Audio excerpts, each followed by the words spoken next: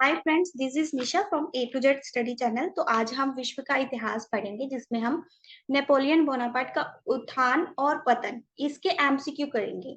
ये आपके झारखंड सहायक आचार्य एग्जाम बोथ 6 to 8 और 1 to 5 दोनों के लिए ही इम्पोर्टेंट है। ओके, चलिए स्टार्ट करते हैं। ये आपका जो हिस्ट्री का 6 to 8 का सिलेबस है ना, या हिस्ट्री का 6 to 8 वाला सिलेबस, इसके लिए इसमें आपका ये सिलेबस है हिस्ट्री का। और इसके जो द्वितीय खंड है उसमें ये दिया गया है। द्वितीय खंड का जो सिलेबस, द्वितीय खंड के टॉपिक्स है उसमें ये नेपोलियन बोनापार्ट का उत्थान और पतन ये दिया गया है। तो आज हम इसके एमसीक्यू करेंगे। अगर आपने नहीं भी पढ़ा तो भी आपको आइडिया हो जाएगा कि हाँ, आइडिया मतलब कि क्वेश्चन पता चल जाएगी कैसे कैसे क्वेश्चन आते हैं। और नेक्स्ट टाइम से अगर आप पढ़ोगे टॉपिक ये पढ़ोगे तो आपको पता होगा कि मुझे कौन से टॉपिक्स पर ज्यादा फोकस करना है। ठीक है, तो चलिए शुरू करते हैं। चलिए फ्रेंड्स, तो फर्स्ट क्वेश्चन से स्टार्ट करते हैं। तो हमारे पास फर्स्ट क्वेश्चन क्या है? फ्रांस में नेपोलियन बोनापार्ट के सत्ता में आने की शुरुआत किस घटना से हुई थी? ऑप्शंस हमारे पास क्या है? वर्साई की संधि पर हस्ताक्षर, बेस्टिल का तूफान, 18 बुबायर का तख्ता पलट, या लुई 16 पर का निष्पादन। तो इसका करेक्ट आंसर क्या हो जाएगा? 18 बुबायर का तख्ता पलट। हमने पिछले जो वीडियो है उसमें ये देखा था कि फ्रांस की क्रांति में क्या हुआ। तो हमने ये देखा था कि लुईस 16 का निष्पादन, अंत में लुईस 16 का निष्पादन। तो उसके बाद में क्या आया था कि जो क्रांतिकारी थे उन्होंने क्या है, फ्रांसीसी निर्देशिका स्थापित की थी। ठीक है, फ्रांसीसी निर्देशिका स्थापित की थी गवर्नमेंट को चलाने के लिए। पर जब नेपोलियन आया तो उसने इसको उखाड़ उखाड़ फेंका और क्या किया? 18 बुमायर का तख्ता पलट। ये 18 बुमायर क्या है, मतलब कि इसका नेम, तो इसका ये नेम है कि इसको नेम इसलिए रखा है 18 बुमायर का नेम, क्योंकि ये जो फोग मंथ नवंबर, ये तख्ता पलट कब हुआ था? नवंबर 1799 में हुआ था तख्ता पलट। और ये जो नवंबर का मंथ है ये फोग मंथ ऑफ फोग इसको जाना जाता है। ठीक है, फ्रेंच में इसको क्या बोलते हैं? भूमायर। फ्रेंच में भूमायर बोलते हैं और भूमायर को इंग्लिश में मंथ ऑफ फोग। क्योंकि ये नवंबर में हुआ था इसलिए इसका नेम क्या रखा गया? 18th बुमायर का तख्ता पलट। ओके, तो इसका आंसर क्या हो जाएगा? ग हो जाएगा। तो चलिए नेक्स्ट क्वेश्चन करते हैं। नेक्स्ट क्वेश्चन हमारे पास है, नेपोलियन की किस लड़ाई को सबसे बड़ी जीत माना जाता है जहां उसने 1805 में ऑस्ट्रियाई और रूसियों को हराया था? तो ऑप्शंस हमारे पास कौन से हैं? वॉटरलू की लड़ाई, ट्राफलगर की लड़ाई, ऑस्ट्रेलियस की लड़ाई और बोरोडिनो की लड़ाई। इसका आंसर क्या हो जाएगा? ऑस्ट्रेलियस की लड़ाई। तो इसमें क्या है, ये सबसे बड़ी जीत मानी जाती है नेपोलियन की किस लड़ाई को? ये सबसे बड़ी जीत मानी जाती है और इसको बैटल ऑफ मास्टरपीस भी बोला जाता है। क्या बोला जाता है? बैटल ऑफ मास्टरपीस, या फिर हिंदी में सम्राटों की लड़ाई। क्यों इसको मास्टरपीस बोला जाता है? क्योंकि इसमें बहुत बड़े स्केल पर क्या है, मिलिट्री टैक्टिक्स खेली गई थी, मिलिट्री की टैक्टिक्स। तो इसका आंसर क्या हो जाएगा? ग, ऑस्ट्रेलिया की लड़ाई। चलिए नेक्स्ट क्वेश्चन करते हैं। चलिए, तो नेक्स्ट क्वेश्चन हमारे पास है, नेपोलियन ने अपने शासनकाल के दौरान कौन सा प्रमुख सुधार किया था? ऑप्शंस हमारे पास है, तृतीय स्टेट की स्थापना, नेपोलियन कोड का निर्माण, बर्लिन सम्मेलन का गठन, या फिर मैग्ना कार्टा पर हस्ताक्षर। तो इसका आंसर क्या हो जाएगा? नेपोलियन कोड का निर्माण। तो नेपोलियन कोड में क्या बोला गया था? ये कब आया था पहले ये देख लेते हैं। कब आया था? 1804 में आया था। ठीक है, तो इसमें ये बोला गया था कि ये जो मेल सिटीजन होते हैं ना, सारे इक्वल होते हैं। मेल सिटीजन सारे इक्वल होते हैं। और ये नहीं है कि पहले के टाइम पर क्या था कि क्लासेस होती थी, जैसे कि फ्रेंच में हमने देखा था ना कि पहले के टाइम पर क्लर्जी होते थे, नोबिलिटी होते थे, और जो नीचे वाले थर्ड स्टेट था, जैसे मर्चेंट आ जाते थे, बर्गोइजेस आ जाते थे। तो ये सारे आ जाते थे, फर्स्ट स्टेट, सेकंड स्टेट और थर्ड स्टेट। इसमें जो फ्रेंच के समाज को ये इसमें बांटा गया था। बट अभी जैसे नेपोलियन ने कोड का निर्माण किया, उन्होंने बोला कि जो मेल सिटीजन, अभी भी लेकिन फीमेल और मेल में डिफरेंस था, ठीक है, बट उन्होंने ये बोला कि जो मेल सिटीजन है वो सारे इक्वल है। ये नहीं कहा था कि अपने काम के आधार पर उनको बांटा गया था, वो चीज खत्म कर दी गई थी। ठीक है, तो मेल सिटीजन सारे इक्वल्स है। ठीक है, और फ्रीडम ऑफ पर्सन है, फ्रीडम ऑफ कॉन्ट्रैक्ट है। ठीक है, तो freedom of person, freedom of contract, तो ये सारा बोला गया था। क्योंकि ये जो नेपोलियन कोड का निर्माण, ये नेपोलियन कोड पूरे विश्व भर में जाना जाता है। चलिए नेक्स्ट करते हैं। नेक्स्ट हमारे पास क्वेश्चन है, 1814 में किस घटना के कारण नेपोलियन को पहली बार त्यागपत्र देना पड़ा? ठीक है, लिप्जिक की लड़ाई में उनकी हार, प्रायद्वीपीय युद्ध, रूस पर आक्रमण, मैरी लुइस से उनका विवाह। तो इसका आंसर क्या हो जाएगा? लिप्जिक की लड़ाई में उनकी हार। जब लिप्जिक की लड़ाई हुई थी तो उसमें उनकी हार हो गई थी, इसी कारण से उनको पहली बार त्यागपत्र देना पड़ा। नेक्स्ट क्वेश्चन है, 1815 में नेपोलियन का अंत हुआ था, कहाँ पराजित हुआ और निर्वासित हुआ? ठीक है, जब नेपोलियन का अंत हुआ, नेपोलियन ने लास्ट टाइम फाइट की ब्रिटिशर्स के साथ, तो इसमें नेपोलियन का अंत हो गया था। और उनको जब ब्रिटेन ने उनको क्या किया था, उनको मतलब ऐसा नहीं कि मार नहीं दिया था, उनको क्या, अपने जो आइलैंड था उनका एंटार्क्टिका में उनका जो आइलैंड था ना, सेंट हेलेना, इसका आंसर ग, इसका जो आंसर अगर ग होगा, जैसे उनका सेंट हेलेना क्या था, आइलैंड था सेंट हेलेना, तो नेपोलियन को वहां पर भेज दिया। वहां पर कोई नहीं मतलब रहता था, कोई इंसान नहीं रहता था, तो नेपोलियन को वहां पर भेज दिया गया था। और उन्होंने अपने जो अंतिम अंतिम वर्ष थे वहां पर सेंट हेलेना में काटे थे। ठीक है, इसका आंसर क्या हो जाएगा? ग हो जाएगा, सेंट हेलेना। चलिए नेक्स्ट करते हैं।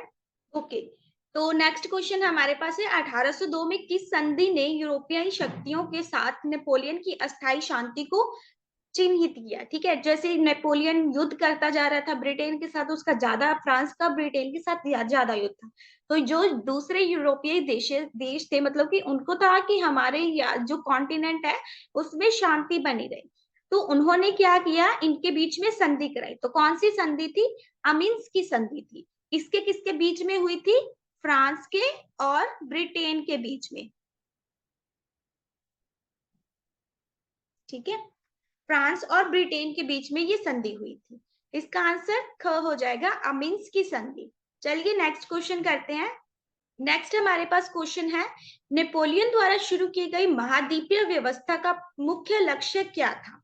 नेपोलियन ने महाद्वीपीय व्यवस्था शुरू की थी, तो इसका मुख्य लक्ष्य था, ऑप्शंस पहले देखते हैं, यूरोपीय शिक्षा प्रणाली में सुधार करना, यूरोपीय देशों के बीच में व्यापार को बढ़ावा देना, ब्रिटेन के खिलाफ वाणिज्य या नाकाबंदी लागू करना, या एकीकरण यूरोपीय मुद्रा की स्थापना करना। इसका आंसर था ब्रिटेन के खिलाफ वाणिज्य नाकाबंदी लागू करना।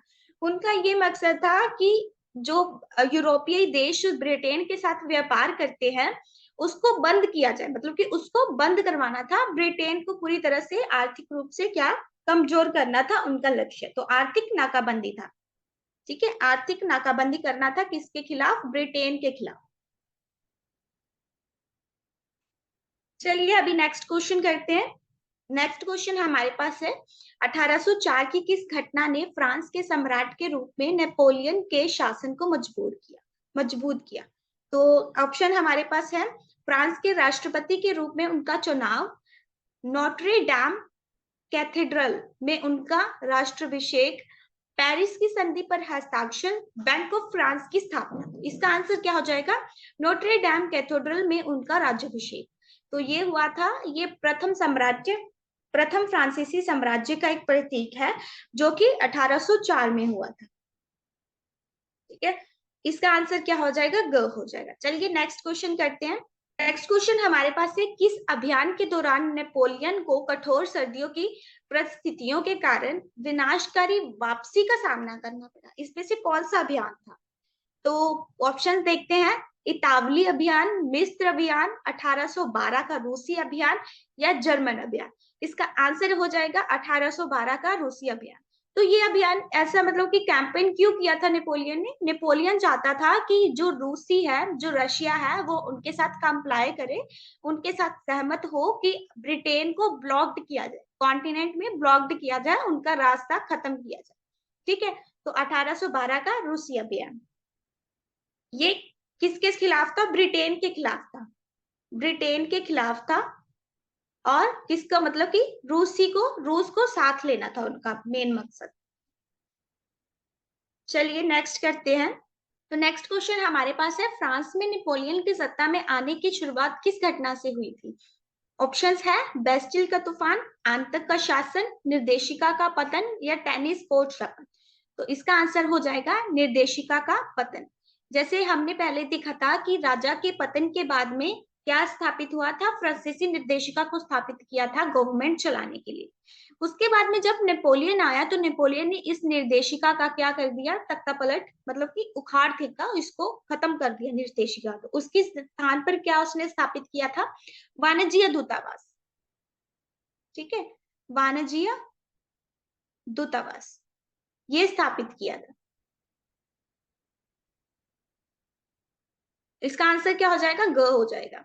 चलिए नेक्स्ट क्वेश्चन करते हैं। तो नेक्स्ट क्वेश्चन हमारे पास है, 1808 में नेपोलियन ने किस यूरोपीय शक्ति पर आक्रमण किया जिसके कारण प्रायद्वीपीय युद्ध हुआ था? ऑप्शंस हमारे पास है ऑस्ट्रिया, स्पेन, प्रशिया या फिर रूस। इसका आंसर क्या हो जाएगा? स्पेन हुआ था। स्पेन पर यूरोपियन ने हमला किया था, तो इसके कारण क्या हुआ था? प्रायद्वीपीय युद्ध हुआ था। जैसे प्रायद्वीप, कौन सा प्रायद्वीप? आइबेरियन पेनिनसुला, आइबेरियन प्रायद्वीप, जो जो कहाँ पर, जैसे कि यूरोप का मैप अगर आपने देखा होगा तो इसमें जैसे कि यहाँ पर ऐसे मैप कर किया ना, तो यहाँ पर स्पेन है और यहाँ पर क्या? पोर्तुगल है। ठीक है, पोर्तुगल है। तो क्या हुआ था कि जब इसने हमला किया, प्रायद्वीपीय युद्ध हुआ। ठीक है, प्रायद्वीपीय युद्ध हुआ तो इसमें किसने किसने पार्टिसिपेट किया था? नेपोलियन के खिलाफ कौन कौन से देश थे? ब्रिटेन था, स्पेन था, पोर्तुगल था। ब्रिटेन था, स्पेन था और पोर्तुगीज थे। तो ये नेपोलियन के खिलाफ हुए थे। इसके इनके बीच में क्या हुआ था? प्रायद्वीपीय युद्ध हुआ था। तो अभी अगर आपसे कोई क्वेश्चन पूछे प्रायद्वीपीय युद्ध कौन किसके किसके बीच में हुआ था, तो क्वेश्चन अगर ऐसे करके आ जाए कि ब्रिटेन ब्रिटेन और फ्रेंच के बीच में, या Britain French Spain, Britain Spain Portuguese versus French के बीच में, तो इसका आंसर ये बनेगा। ठीक है, चलिए नेक्स्ट क्वेश्चन करते हैं। तो हमारा नेक्स्ट क्वेश्चन है, नेपोलियन द्वारा स्थापित कानूनों की उस संहिता का नाम क्या था जिसने दुनिया भर की कानूनी प्रणाली को प्रभावित किया? तो ऑप्शंस हमारे पास है Magna Carta, Napoleon code, Justinian code या हम्मुराबी का कोड। तो इसका आंसर क्या हो जाएगा? ख, नेपोलियन कोड। ये हमने, जैसे कि आपको पता होगा कि हमने पीछे वाले क्वेश्चंस में भी किया था नेपोलियन कोड के बारे में। ये थर्ड टाइप, मतलब थर्ड बार ये रिपीट हुआ।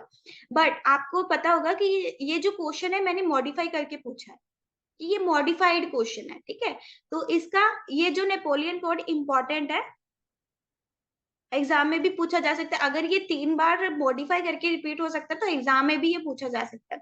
तो नेपोलियन कोड के बारे में हमने क्या पढ़ा था कि नेपोलियन ने इस कोड में कहा था कि जो सारे मैन है वो इक्वल है। उनके प्रोफेशन को नहीं देखा जाएगा कि अगर कोई किस प्रोफेशन में, अगर वो कलर्जी के घर में पैदा हुआ है तो उसकी जो स्टेट है वो स्टेट है फर्स्ट स्टेट में होगी।